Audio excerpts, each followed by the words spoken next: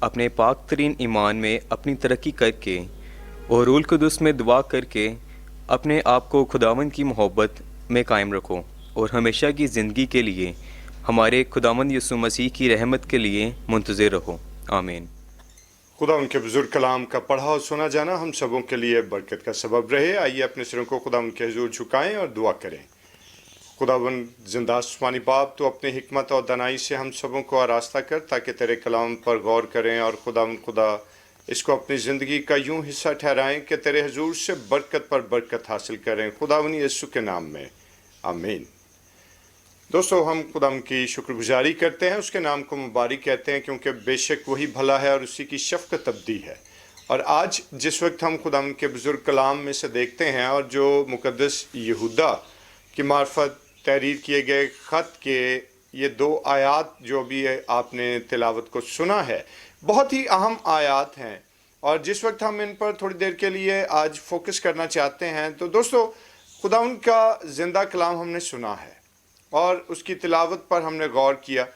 لیکن اگر آج ہم اپنی سوسائٹی کو دیکھیں تو ہماری سوسائٹی، ہمارا معاشرہ ایک ایسا معاشرہ ہے کہ جہاں پر چاروں اطراف میں آپ کو نیگیٹیوٹی نظر آئے گی، منفی رجحانات دکھائی دیں گے.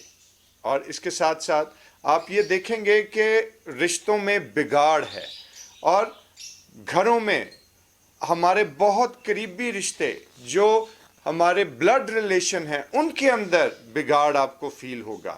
اور اسی طرح سے اگر ہم اپنے آس پاس کے، اپنے آس پڑوس میں، اپنے دوست احباب کے ساتھ اپنے تعلقات کو دیکھیں گے تو اس میں بھی آپ کو بہت زیادہ پرابلمز دکھائی دیں گی.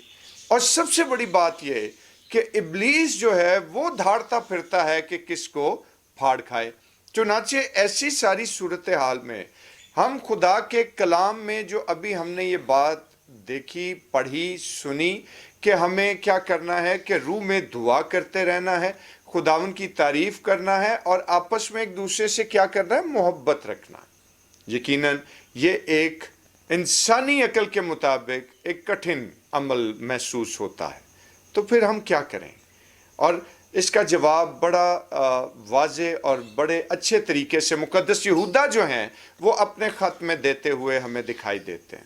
اور وہ اس کا کیا حل بتاتے ہیں کہ اگر ہم اپنے ایمان میں قائم رہ کر روح القدس میں معمور اور سرشار ہو کر دعا کرتے رہیں تو یہ سب کچھ ممکن ہو سکتا ہے. اور اس بات کے لیے ہم خدا کا شکر ادا کرتے ہیں. یعنی مقدس یہودا کے کہنے کا مقصد کیا ہے کہ اگر ہم اپنے ایمان میں قائم رہیں اور خدا کے روح میں پروان چڑھتے ہوئے ان تمام معاملات کو لے کر خداوند کے قدموں میں جھکیں اور خداوند سے منت کریں کہ خداوند تو ہمیں اپنا زور اور اپنی طاقت عطا فرما، تو حقیقت میں کیا ہوگا کہ ہم اپنے سیلفش ایجنڈے کو پیچھے چھوڑ کر خداوند کی سکھائی ہوئی راہ پر چلنے کے لائق بن جائیں گے. اور جب ہم جتنا زیادہ روح میں دعا کرنا سیکھیں گے اتنی ہی زیادہ مضبوطی ہمارے کردار میں، ہماری گفتار میں، اور اس کے ساتھ ساتھ ہمارے روحانی معاملات میں آتی چلی جائے گی.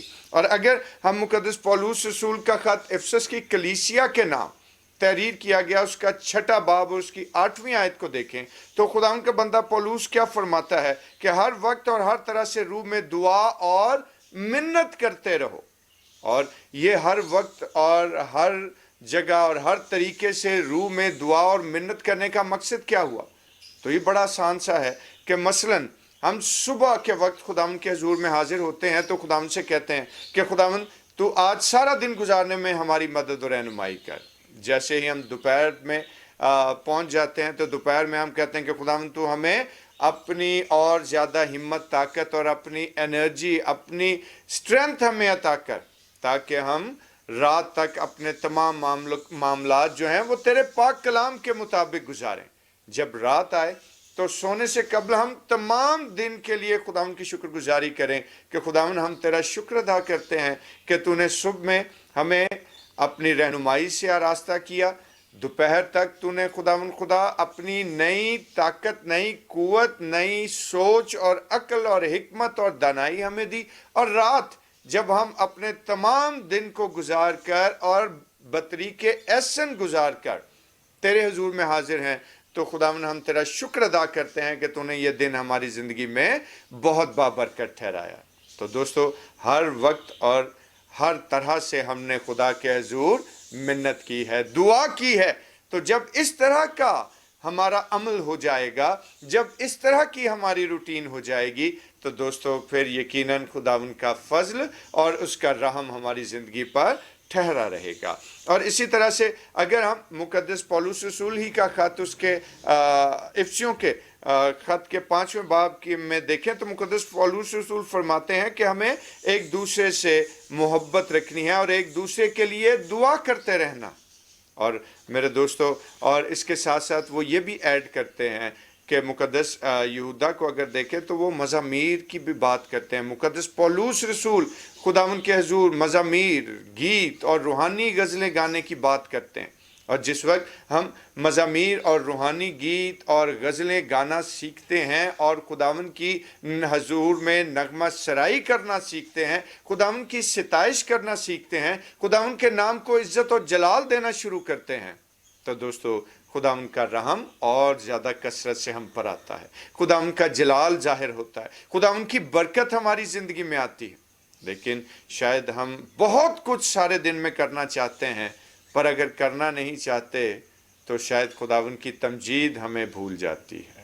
اور کئی دفعہ ہم سب کچھ ہوتے ہوئے سب کچھ حاصل کرنا چاہتے ہیں، اور اگر مس کر دیتے ہیں تو خداوند کے ساتھ رفاقت رکھنے کے عمل کو چھوڑ جاتے ہیں، جو سب سے ضروری عمل ہے ہماری زندگی کا۔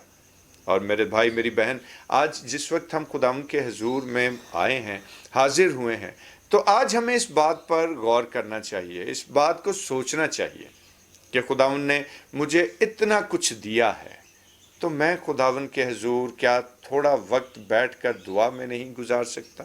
اگر خدا نے مجھ پر اتنا بڑا کرم کیا ہے کہ اس نے مجھے اب تک اس زمین پر رکھا ہے، تو کیا میں اپنی زندگی کے چند لمحات اپنے خالق، اپنے مالک، اپنے خداوند کے نام نہیں کر سکتا؟